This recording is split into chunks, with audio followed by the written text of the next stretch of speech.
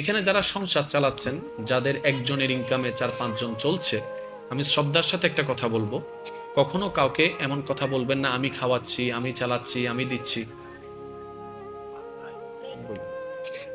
মনে রাখবেন, কেউ কাউকে খাওয়ায় না, যার যারটা সে সেই খায়। সুবহানাল্লাহ বলতে হবে। আবার বলছি, কেউ কাউকে খাওয়ায় না, যার যারটা সে সে খায়। এবার আমার ভাই আমাকে বলবে, ভাই আপনি তো বললেন আমি মানলাম, কিন্তু আমি যে কামাই, আমি না কামাইলে তো বাজার হয় না, বাজার না হলে তো রান্না হয় না, রান্না না হলে তো আমার ভাই খাইতে পারে না, তাহলে তো আমার কামানোটাই খাচ্ছে। আমি বললাম, ভাই হয়তো আমি বুঝাতে ব্যর্থ হয়েছি, একটু শুনুন। আপনার ভাইয়ের রিজিকের বরাদ্দটা আল্লাহ তাআলা আপনাকে দিয়ে পূরণ করছেন। বরং আপনি উল্টা তাকে বলবেন, মামিকে, চাচিকে, খালাকে বলবেন, ধন্যবাদ আপনারা আমার ঘরে মেহমান হওয়ার জন্য। কারণ আপনারা যখন এসেছেন একা আসেন নাই, আপনাদের বরাদ্দ রিজিকও নিয়ে এসেছেন। এবার একজন 5 জনের পরিবার চালানোর জন্য 10,000 টাকা দিয়ে সংসার চালায়। এই 5 জনের ভিতর মাও আছে, বাবাও আছে। এবার মা বাবা যদি মারা যায়, খরচ এটা বাঁচার কথা না? 10,000 টাকা থেকে বাঁচার কথা না? মা বাবা মরার পরে দেখেন, জিজ্ঞেস করেন, কালকে জিজ্ঞেস করবেন, ওই খরচটা আর খুঁজেও পাচ্ছে না। কি বলেন আপনারা?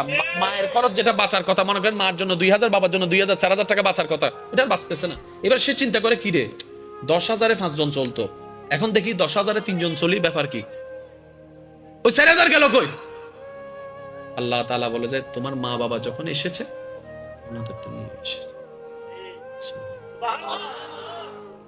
সবাইকে আমি আল্লাহ খাওয়াই, স্বামীকে বউয়ে খাওয়াই না, বউকে স্বামী খাওয়াই না। সবগুলা হচ্ছে বাহানা। সবগুলা কি?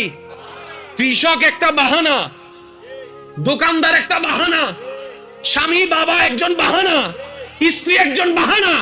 সবকিছুর মূলে আমি রব্বুল আলামিন। চিৎকার দিয়ে বলেন সুবহান। আর একটু জোরে বলতে হবে সুবহানাল্লাহ। মনে থাকবে ইনশাআল্লাহ, মনে থাকবে ইনশাআল্লাহ। রাতের বেলা যখনই আল্লাহর কাছে সময় পেলে ফরিয়াদ করবেন, আল্লাহ যাদের খেদমত করার দায়িত্ব দিছো, আল্লাহ তুমি আমাকে যথাযথ খেদমত করার তৌফিক দান করিও। এইটাতে আপনার সবচেয়ে বড় ফায়দা কি হবে জানেন? আপনার অন্তর থেকে অহংকার চলে যাবে। কি চলে যাবে ভাই বলেন? কি চলে যাবে? অন্তর থেকে যত অহংকার যাবে, শুকরিয়া তত বেড়ে যাবে। যখন রাগ বেশি লাগবে, তখন কি করা উচিত? দাঁড়িয়ে থাকলে বসে যাবেন, বসে থাকলে শুয়ে যাবেন, না কমলে একদম শুয়ে যাবেন, না পারলে একদম ওযু বানাই নিবেন। কারণ 95% মানুষ জীবনে বেশিরভাগ ভুল করে রাগে। এই পর্যন্ত যত সংসার ভাঙছে, যত ভাই ভাই দুশ্মনী হয়েছে, আর রাগটা আসে কার থেকে? মনে রাখবেন, যে আগে রেগে যায়, মনে করেন স্বামী রেগে গেছে, স্ত্রীর এখানে ডিফেন্স খেলতে হবে। স্ত্রী রাখলে হবে না, স্ত্রী সেখানে শুধু হজম করতেই থাকবে। কারণ স্ত্রী নিজেও ভালো করে জানে এখন যা বলছে মনের কথা নয়, সব রাগের কথা, শয়তানের কথা। কথা বলেন ঠিক কিনা? স্ত্রী যদি, স্ত্রীও তো মানুষ, স্ত্রীও তো রাখতে পারে, মন মেজাজ তো সবার সবসময় একরকম থাকে না। স্ত্রী যদি কখনো রেগে যায়, দেখতেছে স্বামী কথা বলতেছে, উল্টা বলতেছে, স্বামীর উচিত মাটির দিকে তাকায়, চুপ করে থাকা। কেন? স্বামী স্ত্রীর পোশাক, স্ত্রী স্বামীর পোশাক, এটাই আমাদের ইসলাম। আর একটু জোরে বলেন। এবার যদি পোশাক টেনে নেই, অবস্থা কি হবে?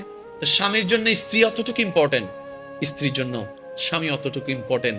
আমরা অভাগারা বুঝার মতো বুঝতে জানি নাই বলে আজকে স্ত্রীদেরকে যৌতুকের কারণে, যৌতুকের নাম দিয়ে অত্যাচার করা হচ্ছে। ওই যে গুরুত্ব বুঝতে পারি নাই, গুরুত্ব বুঝতে পারি নাই।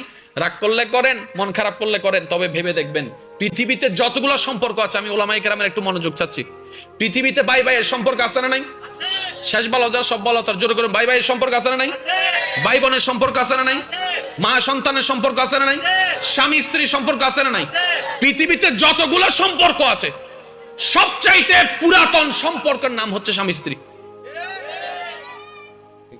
সবচাইতে পুরাতন সম্পর্কের নাম স্বামী স্ত্রী। যখন স্বামী স্ত্রী নামক সম্পর্ক ছিল, তখন ভাই বোন নামক কোনো সম্পর্কই ছিল না। সর্বপ্রথম সম্পর্কের নাম কি? এবং জান্নাতে যে অনন্তকাল, সেখানেও স্বামী স্ত্রী। এবার আপনারাই ভেবে দেখেন স্বামী স্ত্রী শব্দটা কত ইম্পর্টেন্ট।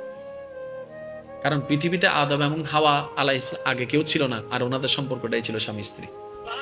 এবার ভেবে দেখেন, আল্লাহ তাআলা স্বামী স্ত্রী শব্দ দিয়ে সম্পর্কের সূচনা করেছেন। আল্লাহ প্রত্যেকটা স্বামীকে স্ত্রীকে আপন আপন জায়গা থেকে এই মর্যাদা বুঝার তৌফিক দান করুন।